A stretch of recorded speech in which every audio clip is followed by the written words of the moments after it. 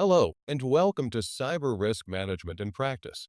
The further you progress in cyber risk management, the more you realize that simple ratings like high, medium, or low don't always cut it. At some point, you need a clearer picture, not just of how likely something is to happen, but what it could actually cost you. That's where quantification starts to play a bigger role. It doesn't mean you throw out everything you've done with qualitative methods. Heat maps, risk matrices, and interviews still have value, but they have limits. They tend to collapse complexity into vague categories, and they often rely on gut feel or uncalibrated judgments. You've probably seen it: two people looking at the same risk, one calling it low and the other calling it critical. That disconnect makes prioritization hard, and it can undermine trust in your process. Quantification doesn't solve everything, but it gives you tools to express risk in terms that align with business decisions like financial impact, probability distributions, and confidence intervals. It also opens the door to simulations, forecasting, and scenario comparisons. But before diving into formulas, it's important to keep the purpose in mind. We're not trying to be perfectly precise. We're trying to be more useful, especially in complex, uncertain environments where decisions still need to be made. Quantification helps answer questions like: how much could this risk cost us? What's the range of likely outcomes? How confident are we in those numbers? And what would it take to shift the odds? And you don't need a PhD in statistics to start. There are practical ways to approach quantification that fit right into how you already think about risk. One of the most useful concepts in risk quantification is Bayesian thinking. At its core, it's about updating what you believe as you gather more evidence. It doesn't ignore uncertainty, it works with it. You start with a prior belief, maybe based on experience, expert judgment, or early data. Then, as new evidence comes in, you adjust that belief to form a better estimate.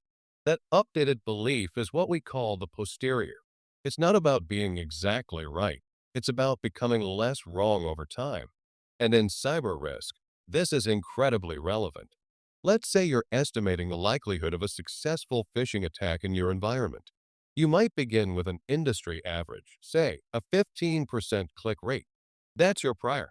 But then you run a phishing simulation internally and see a 6% click rate. That's new evidence. A Bayesian approach lets you revise your initial estimate by combining both data points in a way that reflects uncertainty and improves accuracy. You're not discarding the old info. You're blending it with a new to get something more realistic. This helps reduce overconfidence and encourages you to revisit assumptions as the environment changes. And it doesn't have to be complex. You can use a simple spreadsheet or even just structured thinking to apply Bayesian logic. Over time, this mindset becomes second nature. Estimate, test, update, repeat. It's a way to stay agile, realistic, and grounded in actual conditions, not just theoretical models. Another powerful tool for risk quantification is the Monte Carlo simulation. At first, it might sound technical, but the core idea is simple. Instead of trying to guess one outcome, you simulate thousands of possible outcomes and look at the patterns. It's especially useful when you're dealing with uncertainty, which is almost always the case in cyber risk. Here's how it works. Let's say you're estimating the financial impact of a specific risk, maybe a data breach. You don't know the exact cost, but you can estimate a range. Maybe the breach could cost anywhere from $100,000 to $5 million, depending on severity and response. You can take that range and build a model that randomly generates outcomes within it, over and over again. Each run of the model uses slightly different inputs, different probabilities, different impact values, different assumptions. After thousands of runs, you end up with a distribution of outcomes. You can then ask, what's the average expected loss? What's the 90th percentile, meaning the worst case scenarios that happen 10% of the time? What's the most likely range we should prepare for? That's the power of Monte Carlo. You're not guessing a single number. You're modeling uncertainty and giving decision makers a clearer view of what could happen and how bad it might get. In the book, we review how you can build basic Monte Carlo models right in Excel using built-in functions and a little creativity. No advanced software required, just structured thinking and a willingness to iterate. This also ties into your understanding of inherent risk, actual risk, and residual risk. Inherent risk is the raw exposure before controls. Actual risk includes what you're facing with current controls in place. Residual risk is what remains after planned treatments are done. By simulating those different conditions, you get a more complete picture, not just of how exposed you are, but where your efforts will have the most impact. Not every organization is ready to build simulations right away, and that's okay. There are other ways to start introducing quantitative thinking without needing large data sets or complex models. One of those ways is using Fermi estimates. A Fermi estimate is a technique for breaking down a big, hard to measure question into smaller, more manageable pieces so you can make a rough but useful approximation. Let's say you're trying to estimate how many phishing emails a company might receive in a year. You can start with how many employees are there? On average, how many emails does each person get daily? What percentage of those could be phishing? How many working days are there in a year? You multiply those estimates together, and even if each one is a little off, the overall result gives you a starting point. It's better than a wild guess, and it's structured enough that others can review your logic. These types of estimates can help you make decisions when precision isn't available, but urgency is. Another useful concept is something called chantification. That just means converting vague terms like unlikely or probably into actual percentages like 10% or 70%. It might feel uncomfortable at first, but putting a number to your gut instinct forces clarity and opens the door to comparison, debate, and refinement. Instead of people talking past each other, they can now calibrate their thinking, and that calibration gets better over time. As you collect feedback, test your assumptions, and compare estimates to real-world outcomes, your team's ability to think probabilistically improves. You don't need to be perfect. You just need to start asking better questions and showing your work. These techniques don't replace deeper models like Monte Carlo or Bayesian analysis, but they help you get there. They build the muscles of structured estimation, critical thinking, and transparency. And most importantly, they're accessible. You don't need advanced tools to use them.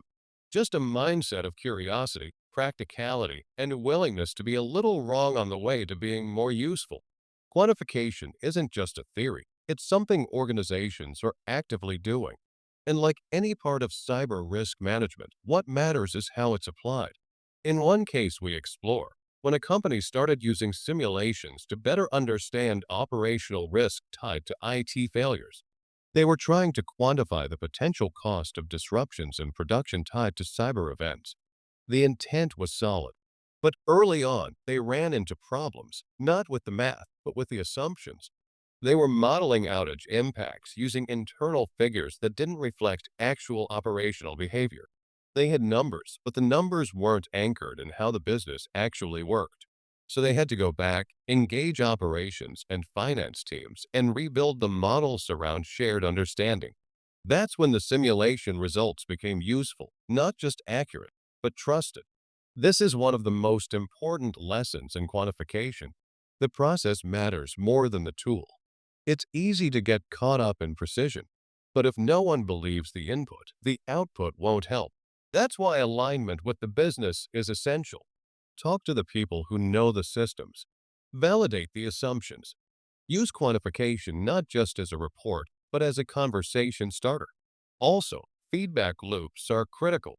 You don't just run a model once and walk away.